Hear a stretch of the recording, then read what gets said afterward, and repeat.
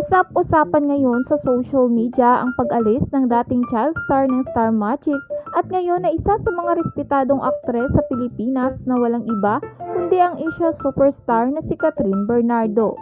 Ayon sa chika, nakatakdang lumipat si Cathryn sa talent management ng dating kapamilya star na si Maha Salvador, ang Crown Artist Management, kung saan makakasama niya ang ilan sa mga sikat na personalidad tulad ni John Lloyd Cruz, Meryl Soriano, Jasmine Cortez, Bernadette Zambrano at Miles Ocampo.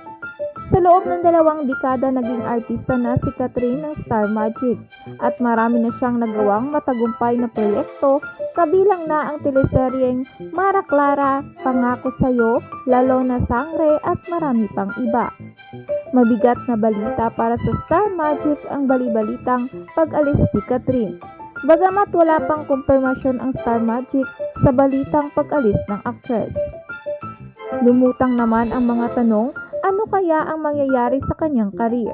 Mapapanood kaya siya sa GMA Network? Sa mga hindi makakaalam, may 2 projects pa si Cathryn na naka-line up para sa kapamilya. Ang Elena 1944 na isa sa historical action drama film tungkol sa isang babae noong mga panahon ng Hapon sa Pilipinas at ang isang reunion movie kasama si Daniel Padilla. Halo-halong reaksyon naman ng mga netizens sa balitang pag-alis ni Cathryn Bernardo sa Star Magic. May mga nalungkot at mayroon namang nasasabik sa mangyayari sa career ni Cathryn Bernardo.